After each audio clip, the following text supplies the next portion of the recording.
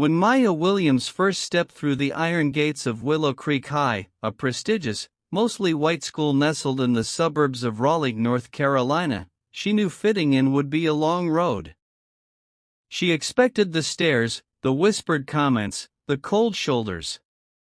But what she didn't expect was Chase Monroe. From the very first day, Chase and his band of followers singled her out like a pack of wolves scenting new prey.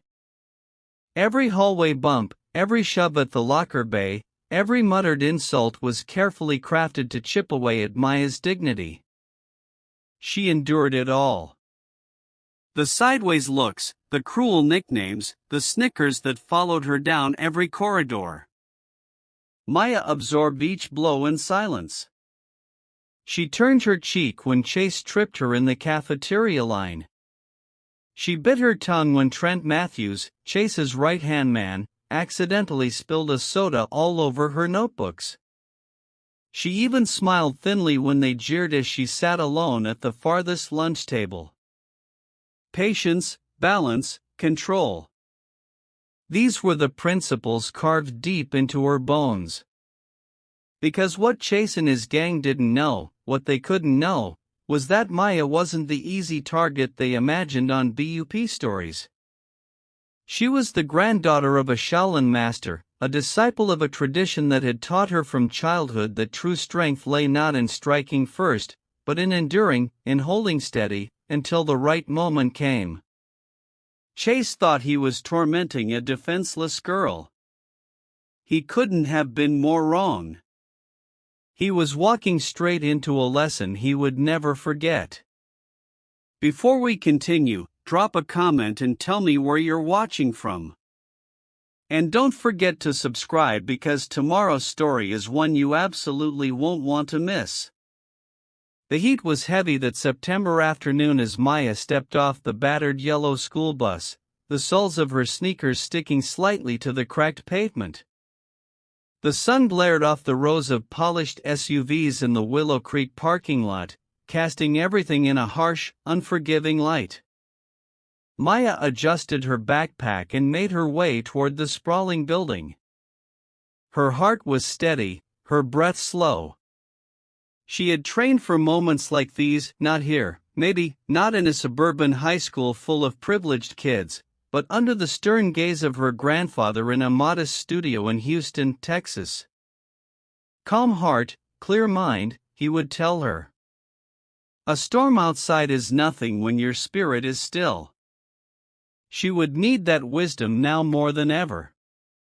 Inside Willow Creek, the world spun fast and sharp. Lockers slammed open and shut. Sneakers squeaked across polished floors. Laughter and shouting echoed off the high ceilings. But beneath it all was an undercurrent. Maya recognized the delicate, dangerous game of teenage hierarchy. At first, it was just stares, curious, suspicious. Then came the whispers, and then the first push. She was passing Chase Monroe by the stairwell when he casually bumped her shoulder with just enough force to send her staggering sideways. His friends laughed. Chase didn't even look back. Maya straightened her backpack and kept walking. Later in history class, she found a nasty note stuffed into her textbook. The words were crude, racist, designed to cut. She folded it in half, slid it into her bag, and listened quietly as the teacher lectured about civil rights, irony burning like a coal in her chest. By Friday, it escalated. In the cafeteria, Chase's crew made a show of accidentally knocking her lunch tray from her hands. Her sandwich and apple scattered across the gleaming floor. Students turned to look, some snickering, others just silently grateful it wasn't them. Maya knelt down, calmly picking up the pieces, ignoring the eyes, ignoring Chase's smirk. But even patience had its limits. That afternoon, walking home under the burning Carolina sun, Maya felt a shadow fall across her. Chase, flanked by two of his cronies, followed her off school grounds and onto the cracked sidewalk that led toward the older part of town where Maya lived. There was no one else around. Just Maya, her backpack heavy on her shoulders, and three boys who thought this was going to be easy. They quickened their pace. Maya slowed hers. A rock sailed past her shoulder, missing her by inches. "Hey, freak," Chase called out, voice ugly with triumph. "Where do you think you're going?" Maya stopped walking. The afternoon air hung heavy, filled with cicada hums and the distant whine of a lawn mower. The boys fanned out, blocking her path forward and back. "Maybe you need to learn some manners," Trent Matthews sneered. Maya turned slowly to face them. Her dark eyes calm, unmoving. "You think you're better than us?" Chase asked, stepping closer, puffed up with false courage. Maya didn't answer. Chase reached for her backpack strap, jerking her backward. The sudden force made her stumble, but only for a second.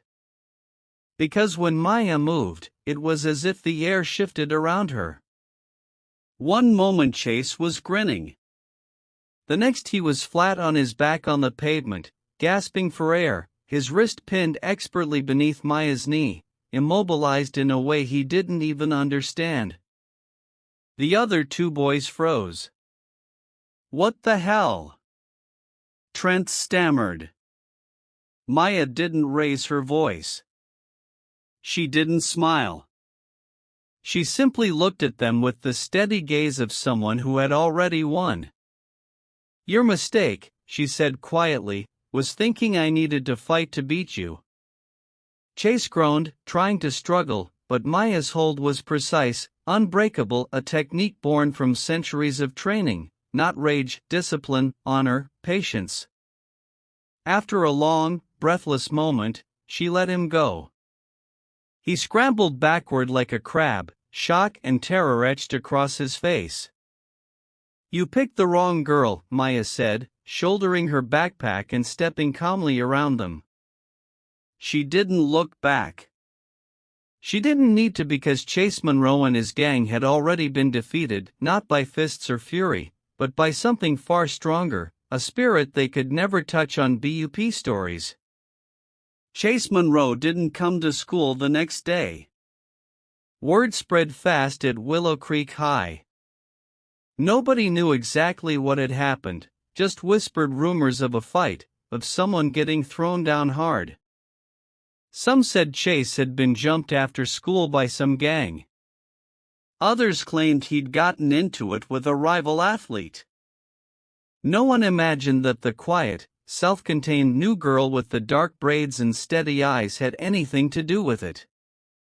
Maya moved through the hallways like a shadow, slipping into her classes unnoticed, speaking only when she had to. But if you looked close, you could see it. Something had shifted.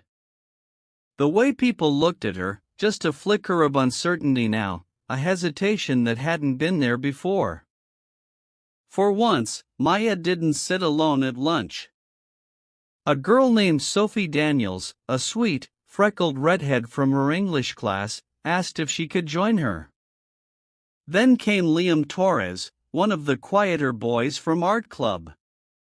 Small gestures, but Maya understood them. It wasn't acceptance, not yet. But it was the beginning of something that could be, and that was enough. Meanwhile, Chase's friends fumbled without their leader. Trent Matthews tried to swagger around like he was in charge, but it didn't stick. The other boys seemed distracted, looking over their shoulders, whispering more than laughing. 2 days later, Chase returned. His wrist was bandaged, his pride more battered than his body. He didn't look at Maya as he passed her in the hall. He didn't speak. That might have been the end of it. Maya would have been content to let it go, to allow things to settle into an uneasy peace. But power built on fear doesn't just disappear. It decays. It rots. And it poisons everything around it. And Chase Monroe couldn't stand being humiliated, especially not by someone he thought he could crush. It started small. A locker rigged to jam shut. Textbooks gone missing. Snide comments muttered just loud enough for her to hear. Maya ignored it all, kept her head down, kept moving. But she noticed. She noticed how the looks on the faces of Trent and the others weren't amused anymore. They were strained, desperate. They weren't trying to put her in her place. Now, they were trying to get their control back, and it was slipping through their fingers, no matter how hard they tried. At home, Maya spent her evenings practicing alone in the garage, the echoes of her movements filling the space like a quiet storm. Her mother worried, of course. "You sure you're okay, baby?" she asked one night, watching Maya with worried eyes from the doorway. Maya nodded, wiping sweat from her brow. "I'm fine, Mom. I know what I'm doing." Her mother smiled, but it was a sad, tired smile, the kind that said she hoped it was true, even if she couldn't quite believe it. Maya understood. Her mother didn't know about the training. Not all of it. She didn't know about the long summers spent at her grandfather's modest studio, learning not just how to move, but how to be. How to hold on to yourself even when the world tried to tear you apart. The week wore on. The tension at Willow Creek thickened. Students watched from the corners of their eyes. Teachers, sensing the undercurrent, kept a weary distance. And then, just before the final bell on Friday, it escalated. Maya was heading toward her locker when she spotted it, a crowd gathering at the far end of the hall near the gym entrance. Voices rising, shouts, a scuffle. She moved toward it without thinking, weaving through the knot of students. At the center, she found Chase red-faced, fists balled at his sides, shouting at a freshman boy half his size, who had apparently bumped into him by accident. The boy's books were scattered across the floor, his lips split and bleeding. Chase shoved him again hard, sending him sprawling. A few students gasped. Most just stared. Maya stepped forward without hesitation. Chase turned, and their eyes locked. For a moment, the hallway went silent. No laughter, no whispers, just the heavy thudding of angry blood rushing in everyone's ears. "You," Chase spat, his voice venomous. "This is your fault." Maya didn't flinch. She walked slowly into the clearing, her steps steady, her presence somehow filling the space between them. She knelt, helping the freshman gather his books, handing them back to him with a nod. "Go," she said quietly. The boy fled, disappearing into the crowd. Chase stepped closer, looming over her. "Think you're tough? Think you can just come in here and make me look like a fool?" His voice cracked slightly at the edges, full of desperation. Maya rose to her full height, which barely reached Chase's chin, but somehow in that moment, she seemed taller, larger, immovable. "You did that all by yourself," she said, voice low but clear. Chase's face twisted in fury. He shoved her, and for the first time since she arrived at Willow Creek, Maya Williams moved in a blur of motion so fast most students barely registered it. She sidestepped, pivoted, and used Chase's own momentum against him. He stumbled forward, trying to regain his balance, and Maya caught his wrist, twisted just enough to drop him to his knees with a gasp. She didn't strike. She didn't scream. She simply stood there holding him in place, her stance calm, her breathing even. The watching students broke into shocked murmurs. Phones came out.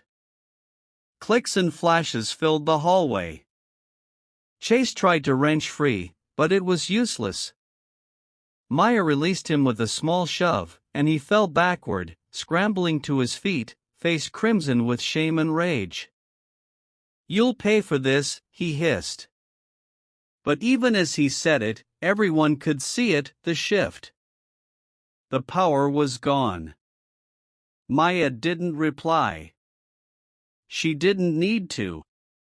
She turned, lifting her backpack onto her shoulder, and walked away through the parting sea of students.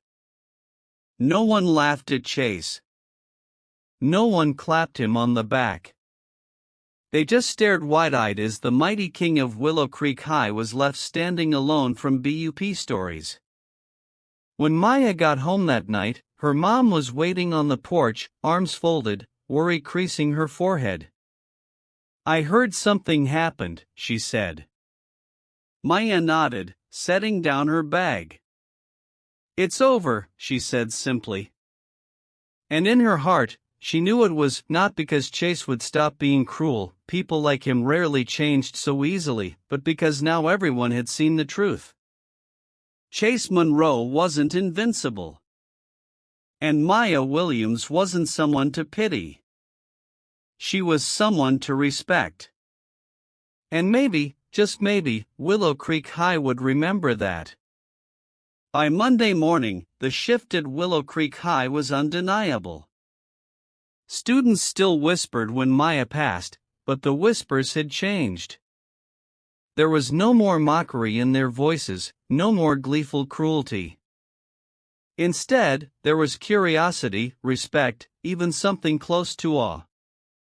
Maya moved through the hallways like a quiet force, her presence felt even when she wasn't speaking, her footsteps measured, her gaze steady. Chase Monroe, on the other hand, was a ghost of his former self. He still came to school, still wore his Letterman jacket like a shield, but the swagger was gone. His friends hovered uncertainly, laughing too loudly at his jokes, forcing the old routines that no longer fit. The freshmen gave him a wide berth. The teachers, once so ready to look the other way, now kept a wary eye whenever he raised his voice. Maya watched it all unfold with the same quiet patience she had shown since the beginning. She didn't need to gloat. She didn't need to strike back. Chase was doing all the damage himself. Every angry outburst, every sullen glare, every attempt to rally his followers only exposed his desperation. She saw it in the way people stepped away from him in the cafeteria, in the way the laughter died faster when he entered a room. His power, once built on fear and bravado, was crumbling from within, and there was nothing he could do to stop it. One afternoon, as Maya gathered her books after math class, a voice called out, "Hey, Maya." She turned to see Sophie Daniels standing there, clutching a notebook to her chest. Behind her, Liam Torres gave an awkward little wave. "We're heading over to the library to work on the history project," Sophie said, hesitating slightly. "Want to join us?" For a heartbeat, Maya considered declining out of habit, the old instinct to stay separate, stay invisible. But then she smiled, a small, genuine smile, and nodded. "Sure," she said. It was a small thing, an invitation, a gesture. But for Maya, it meant the world. Sitting with them at the long oak tables of the Willow Creek Library, flipping through heavy textbooks, laughing quietly at Liam's terrible jokes, she realized something had shifted, not just in how others saw her, but in how she saw herself. She wasn't just surviving anymore. She was becoming part of something on her own terms without sacrificing who she was. Meanwhile, Chase continued his downward spiral. A week later, he got into a shouting match with Mr. Harmon, the gym teacher, after being benched for poor behavior. Another few days, and he was caught vandalizing a freshman's locker, an act so petty and transparent it embarrassed even his remaining friends. Detention, suspensions, they piled up, and with them the realization that Chase Monroe was no longer untouchable. The school that once turned a blind eye to his bullying now watched his every move. One day, as Maya was leaving her last class, she found Chase waiting by the exit.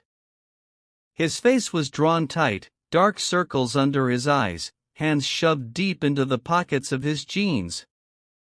For a moment, they just stared at each other. Then he spoke, his voice low, almost a whisper. "You ruined everything." Maya tilted her head slightly, studying him.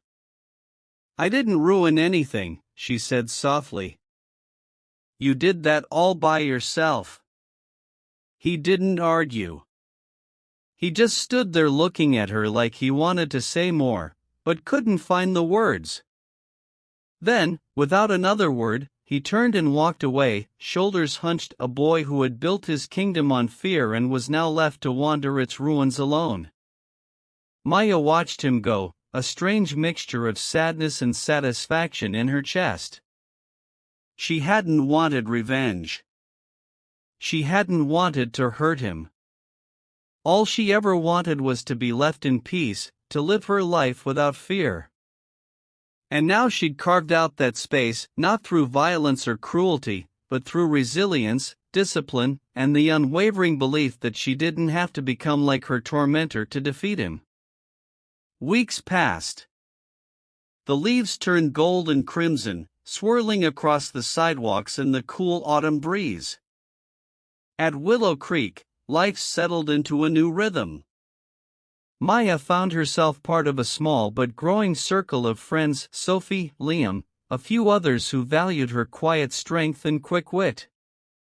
She joined the art club where her sketches of graceful martial stances drew admiring comments. She volunteered at the library, tutoring younger students in math and science. She wasn't the most popular girl at school, and she didn't want to be. She was respected. She was herself, and that was more than enough. One chilly Friday evening, as Maya and her mother sat on the porch sipping hot cocoa, her mom glanced over at her. "You seem different lately," she said, smiling. "Stronger, happier." Maya smiled back, feeling the warmth not just of the cocoa, but of everything she had fought for and earned. "I guess I am," she said. Her mother reached over, squeezing her hand gently. "I'm proud of you, baby. Your grandfather would be, too." Maya felt a lump rise in her throat at the mention of her grandfather, the man who had taught her to stand firm, to be still in the face of storms. She looked up at the stars scattered across the Carolina sky and whispered a silent thank you into the night. At Willow Creek, the seasons continued to change. New challenges would come, new struggles, new lessons. But Maya knew now that she could face them, not because she was the strongest or the loudest, but because she understood something most people didn't. True power doesn't come from domination or fear. It comes from knowing who you are, standing your ground, and never letting anyone take your dignity away. And somewhere deep down, she knew Chase Monroe understood that too far too late for himself, but maybe just in time to save someone else from making the same mistakes. Life has a way of teaching lessons whether we're ready for them or not. And sometimes the quietest student becomes the greatest teacher. Maya Williams wasn't just the new girl anymore. She was the storm that had passed through Willow Creek, steady and silent, leaving behind a school forever changed by the strength they never saw coming. And as she walked those polished hallways, her steps sure and unafraid, she knew one thing for certain. She had already won. In life, True strength isn't measured by how loudly we fight back, but by how calmly we stand firm in the face of injustice. Maya's journey reminds us that patience, discipline, and knowing who you are will always outlast cruelty and fear. We don't have to lower ourselves to the level of bullies to win. Instead, we can rise above, letting our character and resilience speak louder than any insult. Remember, dignity cannot be taken. It can only be surrendered. Choose to hold your ground with grace, and you'll always come out stronger on BUP Stories.